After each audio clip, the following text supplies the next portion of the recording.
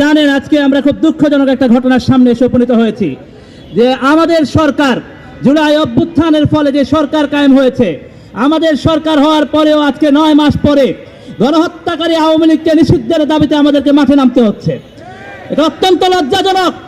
যারা আমরা মাঠে 2000-এর উপর শহীদকে শাহাদাত বরণ করতে দেখেছি, যারা আমরা দেখেছি হেলিকপ্টার থেকে গুলিবর্ষণের দৃশ্য, যারা আমরা দেখেছি নির্বিচারে গুলি করে কিভাবে আমাদের ভাই বোনদেরকে শহীদ করা হয়েছে, যারা আমরা দেখেছি পুলিশের সেই সদস্যদের যাদের মধ্যে কোনো গিল্টি ফিলিং নাই, আওয়ামী লীগের সেই সদস্যদের যাদের মধ্যে কোনো গিল্টি ফিলিং নাই, জনগণের বুকের উপর গুলি চালাতে যারা নির্দ্বিধায় গুলি চালিয়েছেন, আজকে আবারও আমরা দেখছি বাংলাদেশের মাঠে ঘাটে আওয়ামী লীগের নামে, শেখ হাসিনার নামে, খুনি হাসিনার নামে মিছিল হয়।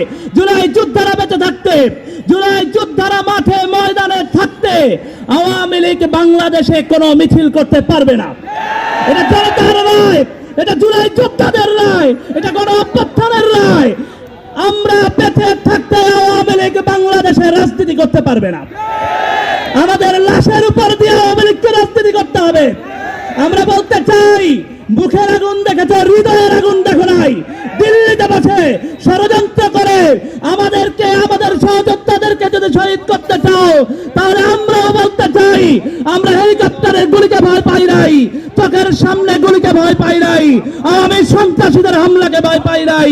সুতরাং কোন হুমকি দামকি ভয় দেখিয়ে জুলাইয়ের যোদ্ধাদেরকে থামানো যাবে না ইনশাআল্লাহ।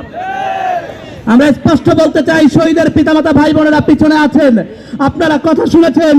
আমরা শহীদের পিতামাতা ভাই বোনদেরকে বলতে চাই, আপনাদের এই সন্তানেরা প্রস্তুত আছে শহীদ হতে, তবু আওয়ামী লীগকে বাংলাদেশের রাজনীতিতে ফিরতে দেওয়া হবে না ইনশাআল্লাহ। ইন্টারিমকে বলতে চাই, যথার্থ পদক্ষেপ যথাযথ সময়ে গ্রহণ করতে না পারলে আপনাদেরকে দিয়ে তাড়াতে আমাদের সময় লাগবে না। আমরা স্পষ্ট বলতে চাই, আওয়ামী লীগের প্রশ্নে আমাদের অবস্থান একেবারে স্পষ্ট।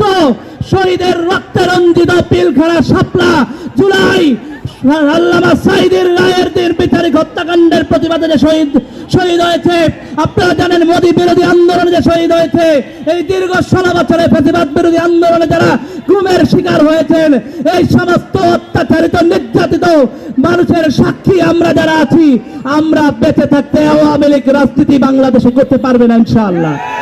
আমাদের রক্তের উপর দাঁড়িয়ে আমরা এই শপথ নিয়েছি।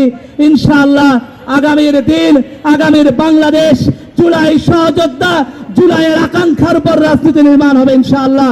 সেই লক্ষ্যে আমরা এগিয়ে যাচ্ছি। ইনকিলাব মঞ্চকে ধন্যবাদ এই আয়োজনের জন্য।